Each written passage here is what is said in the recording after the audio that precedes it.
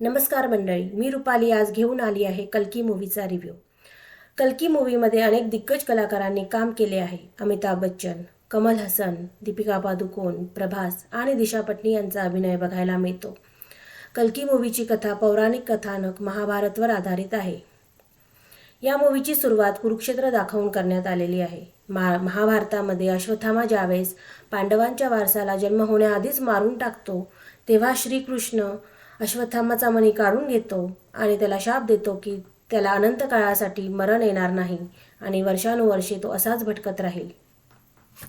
पुढे कलियुगामध्ये ज्यावेळेस सगळीकडे अंधकार पसरेल आणि वाईट चांगल्यावर वर्चस्व करेल, तेव्हा विष्णुदेवाला कल्की रूपात जन्म घ्यावा लागेल आणि ह्या जन्माच्या वेळेस अश्वत्थामाला संरक्षण द्यायचे आहे आणि कल्कीच्या अवतारानंतरच जन्मानंतरच अश्वत्थामाला मुक्तता मिळेल असा हा शाप असतो. हा संपूर्ण प्रसंग या मूवीमध्ये अतिशय सुंदर पद्धतीने दाखवण्यात आलेला आहे. मूवीमधील ग्राफिक्स डिझाईन बघण्यासारखे आहे. पुढे ही कथा 800 वर्ष पुढे सरकते, जेव्हा पृथ्वीवरील मानवी वस्तीचे एकच शहर शिल्लक राहिलेले असते आणि ते काशी दाखवण्यात आलेले आहे. कमल हसन यांनी सुप्रीमियर स्किन म्हणजेच मूवीमधील मुख्य विलनची भूमिका निभावली आहे. सुप्रीमियर स्किन एक काल्पनिक जगाची कल्पना करतो आणि त्यासाठी नवीन कॉम्प्लेक्स बिल्ड करतो. म्हणूनच तो पृथ्वीवरील सर्व पाणी, ऑक्सिजन शोषून घेतो. स्वतः ताकदवर होण्यासाठी तो एक फर्टिलिटी लॅब देखील उभारतो. तो अशा एका गर्भवती महिलेच्या शोधात असतो जिच्या DNA तो सर्वात जास्त पॉवरफुल बनेल आणि म्हणूनच तो अनेक मुली आणि गर्भवती महिलांना अडकवून ठेवत असतो. दीपिका पादुकोण, जिने सुमतीचे पात्र साकारले आहे, ती या टेस्टसाठी योग्य असल्याचे दाखवले आहे. म्हणून सुप्रीम आणि त्याची टीम सुमतीच्या मागावर असते. प्रभास याने भैरवचा रोल केलेला आहे. भैरव हा एक बाउंटी हंटर असतो. तो म्हणजेच पैसे मिळवण्यासाठी, युनिट्स मिळवण्यासाठी तो लोकांना पकडवून देण्याचे काम करत असतो. कॉम्प्लेक्समधील उच्चभ्रू लोकांमध्ये जाण्याच्या हेतूने आणि जास्त युनिट्स मिळवण्याच्या इच्छेसाठी तो सुमतीला पकडायला सुप्रीमच्या टीममध्ये सामील होतो. दुसरीकडे शांबालामधील लोक सुमतीला वाचवण्यासाठी काशीकडे निघतात आणि तिथे गेल्यानंतर ते सुमतीला वाचवण्यासाठी प्रयत्न करतात.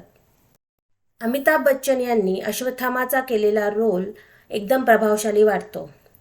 अश्वत्थामाला ज्यावेळेस मणी सापडतो तेव्हा त्याला विष्णुदेव अवतार घेण्याचा वेळ आलेला आहे आणि सुमतीच त्याची माता आहे ह्याचा साक्षात्कार होतो. मग तो सुमतीला शोधून तिच्या संरक्षणासाठी सुप्रीमच्या लोकांसोबत कशा पद्धतीने फाईट करतो हे बघणे रंजक ठरते. मूवीच्या अखेरपर्यंत अश्वत्थामाचा अभिनय बघण्यासारखा आहे. मूवीची सुरुवातीची 30 मिनिटं महाभारतासोबत कनेक्शन दाखवले आहे. ते सुपर्ब वाटते असे अनेकांचे म्हणणे आहे.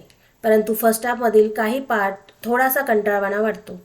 दिशा पटनी आणि प्रभास यांचे काही प्रसंग गरजेचे नाही असे देखील जाणवते. त्यामुळे मूवी थोडासा संथ आणि बोरिंग वाटायला लागतो. परंतु मध्यांतानंतर मूवी अधिक रंजक वाटतो आणि शेवटपर्यंत प्रेक्षकांना खिळवून ठेवतो. एकूणच कल्की हा मूवी थिएटरमध्ये नक्कीच बघण्यासारखा आहे. आता जरा महाभारताच्या कनेक्शनबद्दल बोलूया. एकूण 4 युगांचा उल्लेख आपल्या पुराणात आहे. सतयुगात जेव्हा न्यायाचे, धर्माचे राज्य होते, माणूस दुसऱ्यांना त्रास देत नव्हता, स्वतःपेक्षा आधी दुसऱ्यांचा विचार करायचा, त्यावेळेस विष्णुदेव मूळ स्वरूपात अस्तित्वात होते. पुढे त्रेतायुगात माणसे जराशी अहंकारी होऊ लागली आणि अधर्माचे राज्य वाढू लागले, त्यावेळेस विष्णुदेवाला श्रीरामाचा अवतार घ्यावा लागला होता. तसेच द्वापार युगात म्हणजे महाभारताच्या वेळेस विष्णुदेवाने श्रीकृष्णाचा अवतार घेऊन न्यायाची स्थापना केली. परंतु द्वापार युगानंतर कलियुगाची सुरुवात झाली आणि कलियुगामध्ये माणसे अधिकच क्रूर, अहंकारी आणि अधर्मी होऊ लागली. दरम्यान कलिअसुराच्या प्रभावामुळेच हे होत आहे असे जाणून कलिअसुराचा विनाश करण्यासाठी आणि परत एकदा धर्माची स्थापना करण्यासाठी विष्णुदेव कल्कीच्या स्वरूपात अवतार घेईल असा उल्लेख आपल्या पुराणात आहे. तर तर मंडळी, तुम्ही सगळ्यांनी हा मूवी आपल्या जवळच्या सिनेमागृहात बघून यावा आणि आपला अभिप्राय नक्की कमेंटमध्ये कळवा. तसेच हा व्हिडिओ आवडला असल्यास लाईक, सबस्क्राईब आणि शेअर करा. धन्यवाद.